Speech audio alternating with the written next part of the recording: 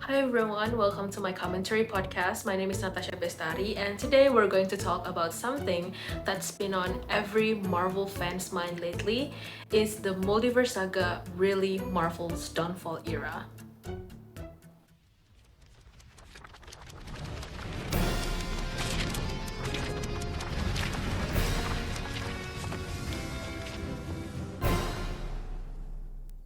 If you've been a Marvel fan since Iron Man in 2008, you probably remember the hype, the excitement, like waiting for post-credit scenes and then theorizing about the next Avengers movie, feeling like every film mattered. But somewhere after Avengers Endgame in 2019, things got changed. I've been seeing this debate everywhere, from X, previously Twitter, and then YouTube comments, Quora, Reddit, etc. People saying Marvel picked at Endgame and that Phase 4 and also Phase 5 are a disaster, that they are done with the MCU. But is it really that bad, or are we just burned out about the multiverse? So today I'm going to break down what actually going on with the multiverse saga. So I watched this YouTube video titled I Explained the Whole MCU Multiverse in 14 Minutes by Spidey Parker. And honestly, this video is a perfect example of the problem. Because the reality, if you need a 14 minutes explainer video just to understand what's happening in the MCU right now, something's gone wrong. And let's talk about it. So this Spidey Parker video does a really good job of laying out how the multiverse works in the MCU. It covers everything: the sacred timeline, the TVA, He Who Remains, What If, Spider-Man No Way Home, Doctor Strange in the Multiverse of Madness, Loki Season 2, all of it. And if you are already familiar with the MCU, this video is really helpful. It connects the dot. It shows how all of these different projects tie together. But the problem is, this video is only useful if you have already watched everything. Just think about it. To fully understand this 14 minutes recap, you need to have seen Loki Season 1 and 2, What If Seasons 1, 2, and 3, Spider-Man No Way Home, Doctor Strange in the Multiverse of Madness, WandaVision, Ant-Man Quantumania, also Deadpool and Wolverine. That's like almost 60 hours of content just to understand the basic premise of the current phase. If we compare it to the phase 1 of MCU, you could watch Iron Man or Captain America The First Avengers and boom, you got the point of the movie.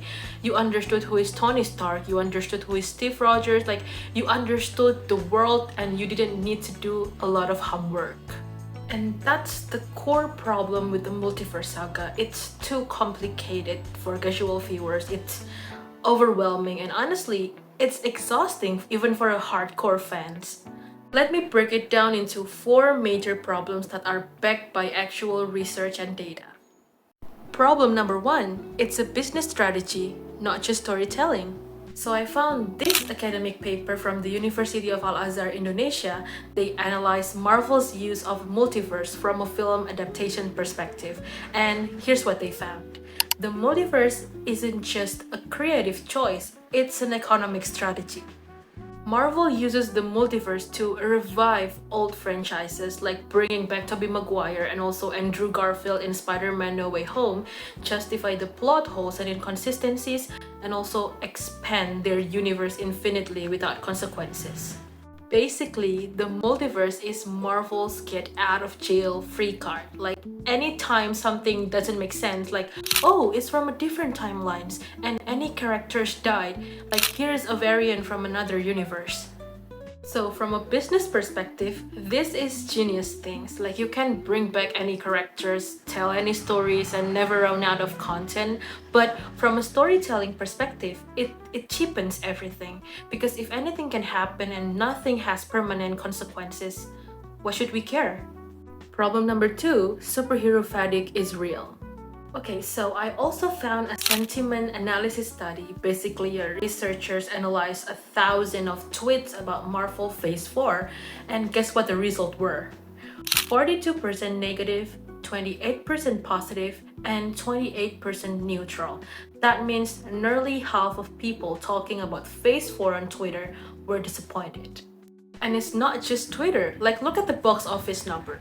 Phase 3, the era from 2016 to 2019, had 5 films that made over $1 billion worldwide. Avengers Endgame, Avengers Infinity War, Black Panther, Captain Marvel, and Spider-Man Far From Home. How about Phase 4 and 5? Only Spider-Man No Way Home and Deadpool and Wolverine hit that mark. Well, technically, Spider-Man is a Sony Pictures film, and Deadpool came from Fox Studios, so what about the pure MCU films? I think they are struggling. I can give you the worst example. The Marvels. It made only $84 million domestic. That's the lowest grossing MCU film ever, even lower than the Incredible Hulk from 2008. For context, the first Captain Marvel made $426 million. That's an 80% drop for the sequel. Problem number 3, quantity over quality. In 2021 and 2022, Marvel released 7 films and 10 Disney Plus series. That's incredible 17 projects in 2 years. Compared to the Phase 1 of MCU, which was 6 films over 4 years. When you are pumping out that much content, quality has to suffer. Like, the scripts feel rushed and sometimes the CGI looks unfinished. Here are the examples.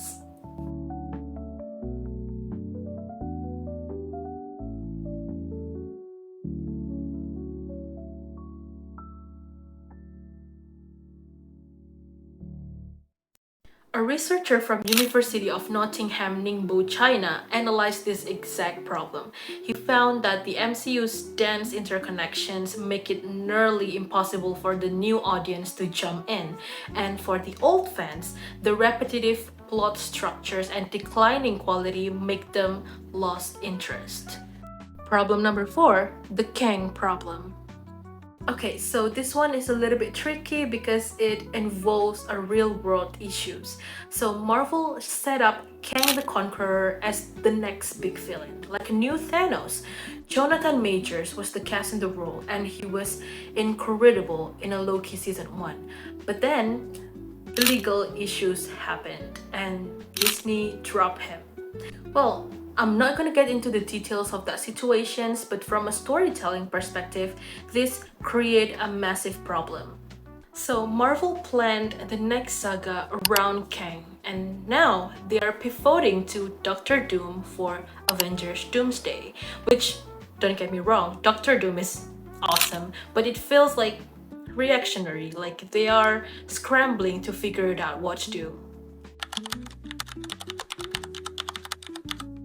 Okay, so I don't want this video to be all negative about MCU because honestly, some things in Phase 4 and 5 do work. Spider-Man No Way Home was a massive success. 93% Rotten Tomatoes from critics, 97% from audiences, and $1.9 billion at the box office. And why did it work?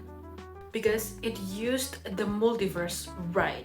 It wasn't just a spectacle for spectacle's sake, it was emotional. Seeing Tobey Maguire, Andrew Garfield, and also Tom Holland together, that was a love letter to Spider-Man fans. And most importantly, the movie worked as a stand-alone story. You didn't need to watch Loki before or What If to understand the story. And there is a Loki season 2, specifically the ending, Loki's sacrifice, where he literally holds the universe together, and that is arguably the best moment in entire Multiverse Saga. Why? Because it had emotional weight, it had consequences, it was about characters, not just about the plot. That's what Marvel used to do so well, and when they actually take their time and focus on characters-driven stories, it still works. Okay, so I pulled the Rotten Tomatoes scores for 12 MCU film from Phase 3 to Phase 5, and let me show you the pattern.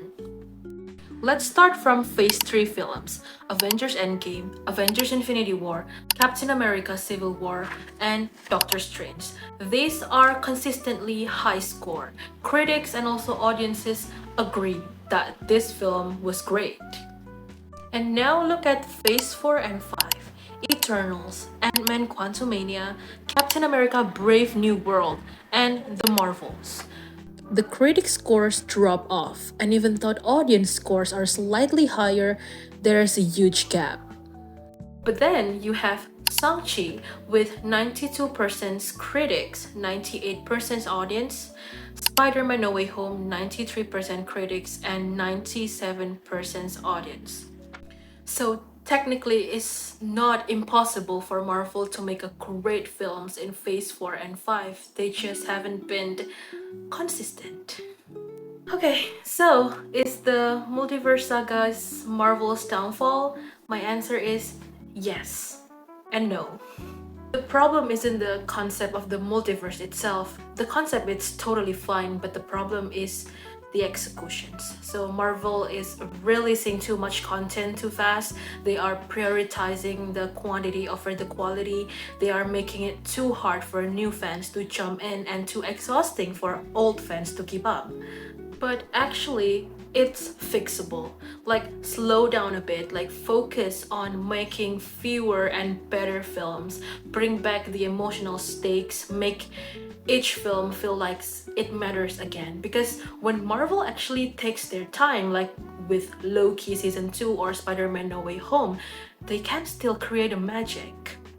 Well, personally, I'm a fan of Marvel Cinematic Universe since Iron Man 2, and I'm not ready to give up on the MCU yet. But Marvel needs to remember what made them great in the first place is character-driven stories with heart. So, what do you guys think? Are you still excited for the MCU or are you done with the Multiverse Saga? Let me know.